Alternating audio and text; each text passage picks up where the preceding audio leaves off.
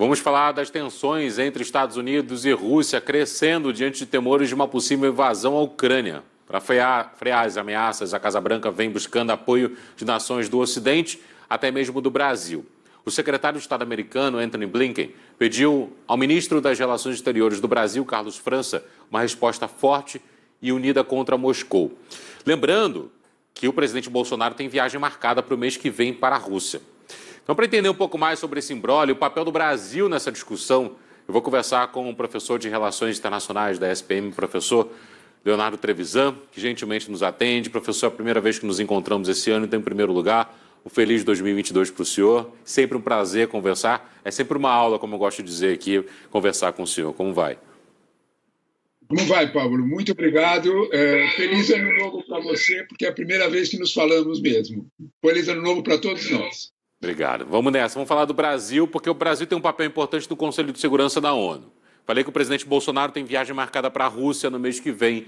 Só que as tensões envolvem diretamente relações ou possíveis relações entre Brasil e Estados Unidos através de Carlos França e Antony Blinken. Em primeiro lugar, vamos explicar o que está acontecendo na Ucrânia nesse momento e qual o papel da Rússia e qual o papel dos Estados Unidos nessa discussão. Olha, Pablo, a questão central é isso que você perguntou, o que está acontecendo na Ucrânia, né? A Ucrânia é aquele clássico, aquele nome bonito, Estado tampão, né? É aquela região que a Rússia escolheu há, 1000 anos para se proteger dos avanços da Europa no seu território. Então, a Ucrânia pode ser um território livre, como diriam nossos amigos argentinos, pero no mucho, né? Não pode ser amigo da OTAN. O que é a OTAN? Organização do Tratado Atlântico Norte, que é uma junção de países europeus, mais os Estados Unidos e o Canadá, com uma regra muito simples. Qualquer um deles que for atacado, todos os outros têm que responder. A Ucrânia, na prática, um Estado tampão, um Estado que protege a Rússia, está se aproximando demais da União Europeia, se aproximando demais do contexto da OTAN, chegando, inclusive, a imaginar entrar na OTAN. A Rússia não vai aceitar isso, porque, inclusive, a Rússia está apoiada num acordo de lá atrás, 1991, quando a Rússia terminou, quando a União Soviética terminou, que a Rússia recebeu garantias de Washington de que a Ucrânia nunca entraria na OTAN. Esta é a questão envolvendo a Ucrânia. Em torno dessa questão, nós estamos discutindo essencialmente como é que vai ser o redesenho da segurança da Europa quando nós temos 2 novos donos no mundo, Estados Unidos e China. Nesse contexto, a Rússia pede uma rediscussão disso e é nesse quadro que a Ucrânia ganha importância. A Ucrânia é um Estado pequeno nessa relação, mas com uma grande importância geopolítica. Professor, o que aconteceu em Genebra entre os diplomatas de Rússia e Estados Unidos? Como foi essa discussão? Essa discussão foi importante porque ela foi uma retomada de alguma coisa bem real.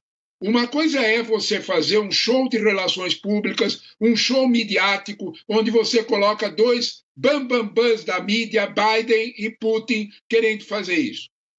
Outra situação muito diferente é sentar 2 diplomatas profissionais na cadeira e dizer o que é que nós vamos fazer para não ter guerra. É disso que aconteceu ontem o dia todo, 8 horas.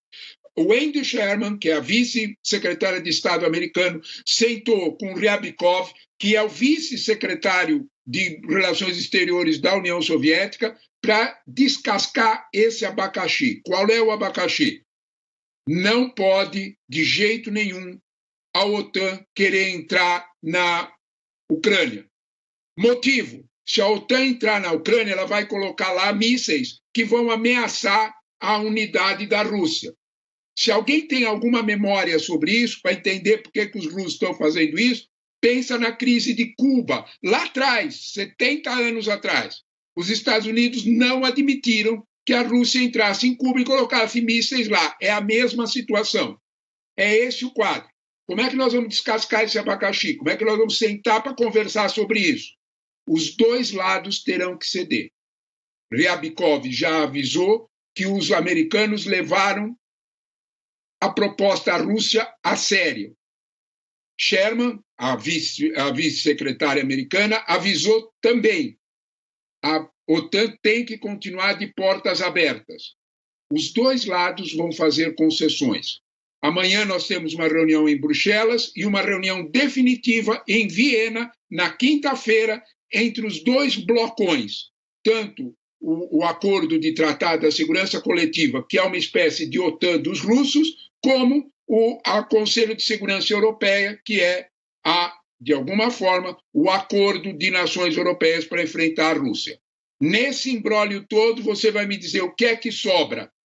Pessoas sentadas na cadeira preferindo conversar ao invés de deixar a guerra falar. É disto que está se tratando, graças a Deus. E aí vamos falar do papel do Brasil, que desde o início desse mês agora ocupa um lugar privilegiado no Conselho de Segurança da ONU.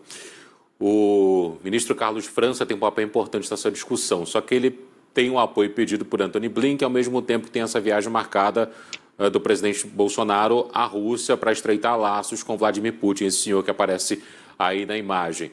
Só que o Brasil também tem um outro papel importante, que é de mudança de rota do que vinha sendo dado nos 2 últimos anos, com o chanceler anterior. Como é que fica Carlos França nessa história toda, professor?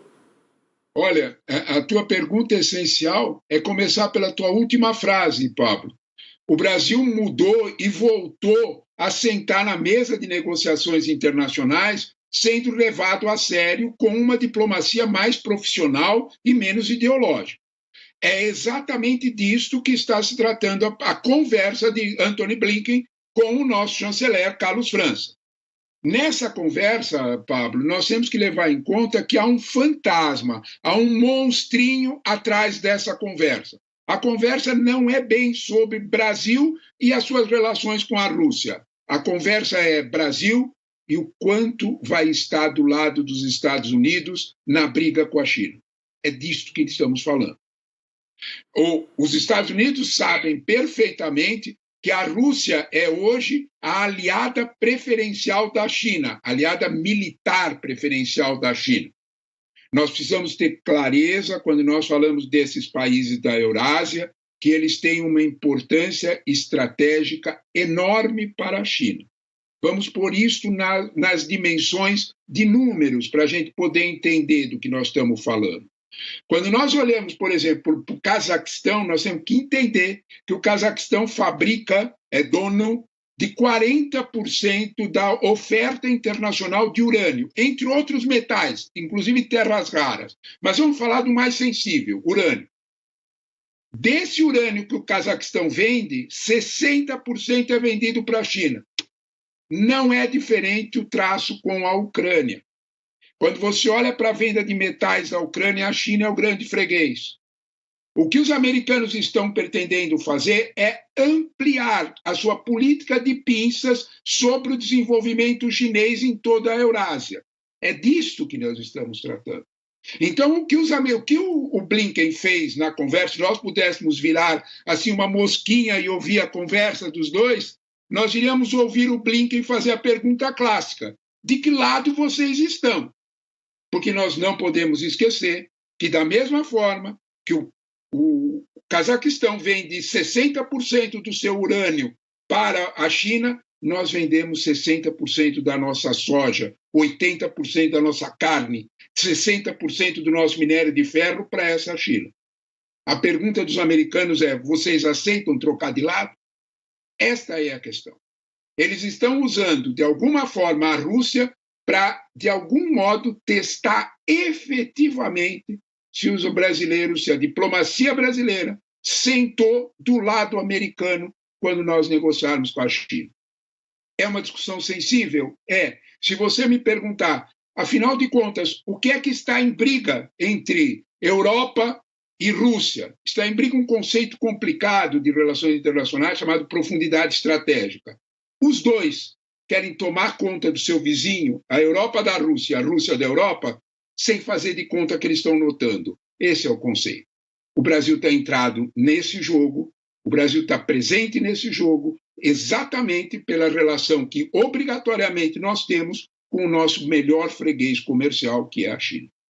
Professor, os 2 últimos anos foram muito relacionados à Covid-19. 2020, 2021 com a vacina já, e ali um processo de reabertura dos países, a mudança de rumo nos Estados Unidos, a volta do país, as conversas de blocos como a COP26, por exemplo. O que o senhor espera para o ano de 2022 em conversas, por exemplo, como Ucrânia, ou em conversas, por exemplo, como China, Estados Unidos, ou até mesmo entre grandes blocos?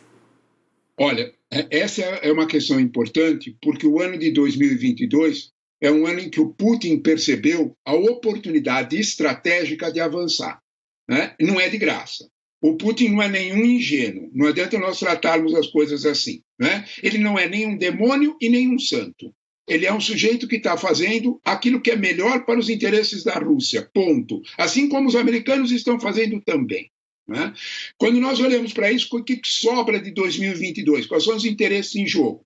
Putin percebe que dá para avançar porque Biden precisa de um feito internacional. Biden precisa disso para segurar as eleições em novembro que ele terá de midterm, as eleições do final do ano.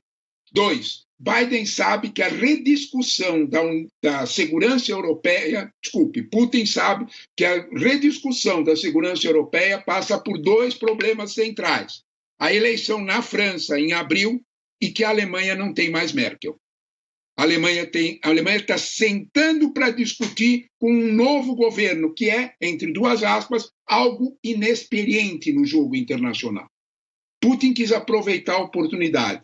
Os Estados Unidos também, viu? Não se imagine que os Estados Unidos são santos nessa história. Eles também imaginaram que dava para avançar e reconstruir sua relação com a Europa, porque a Europa está mais frágil.